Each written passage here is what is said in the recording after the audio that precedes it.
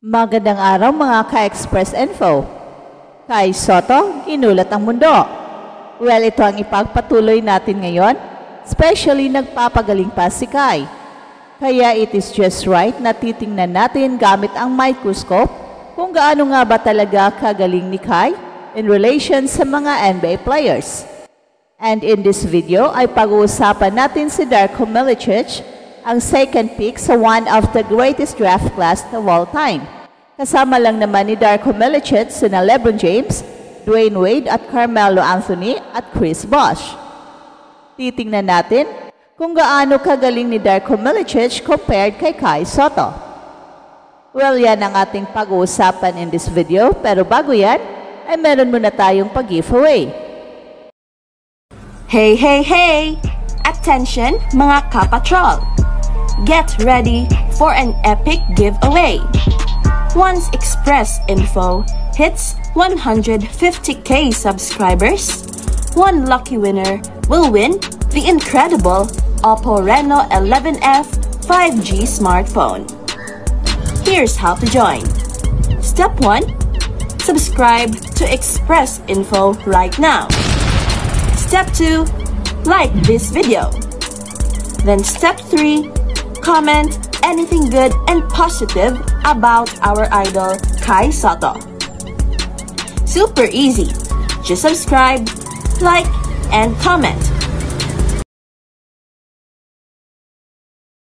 Height.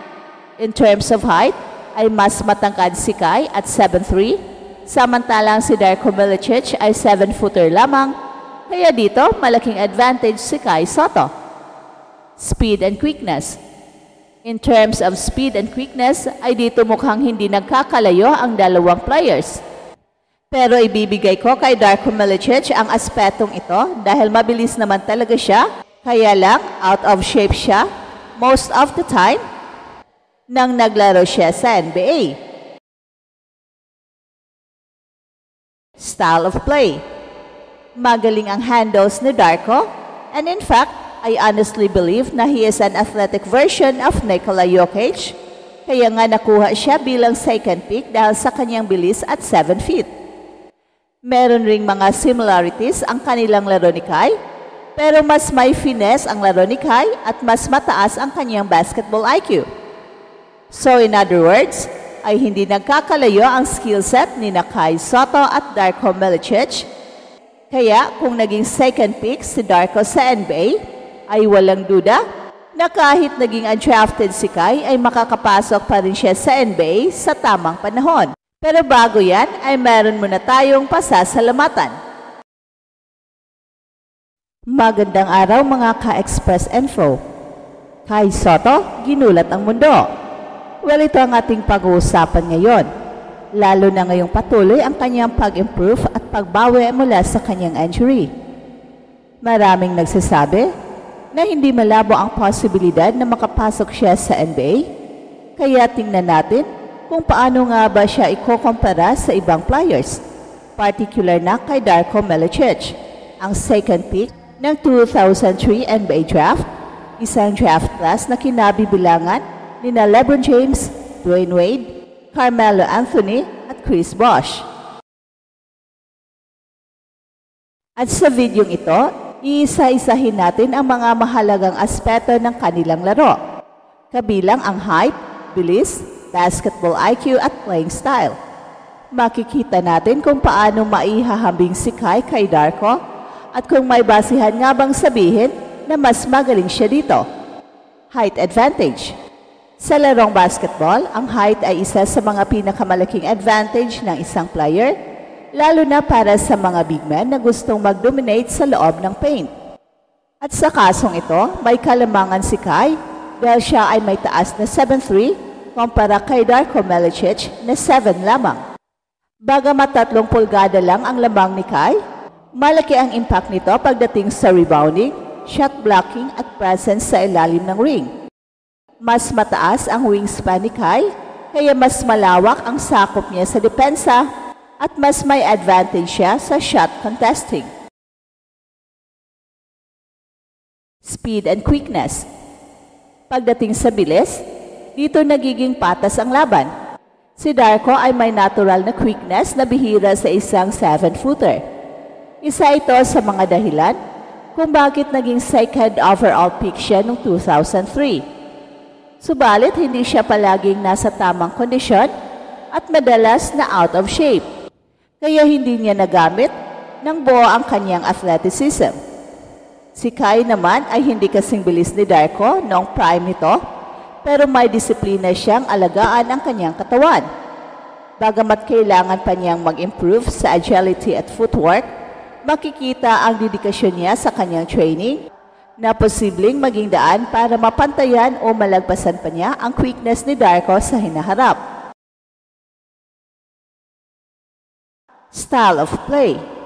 Si Darko ay may decent na ball handling skills para sa isang 7-footer.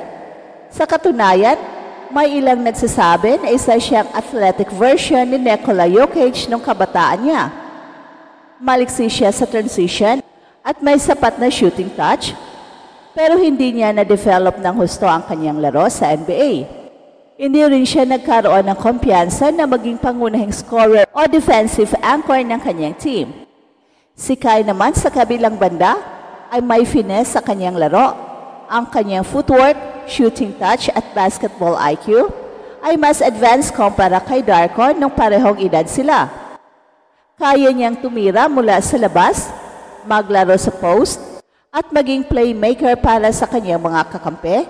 Isa sa mga malaking factor na may disiplina si Kai sa kanyang training at ang patuloy niyang pag-aral ng laro, bagay na hindi naging matatag si Darko nang siya ay nasa NBA.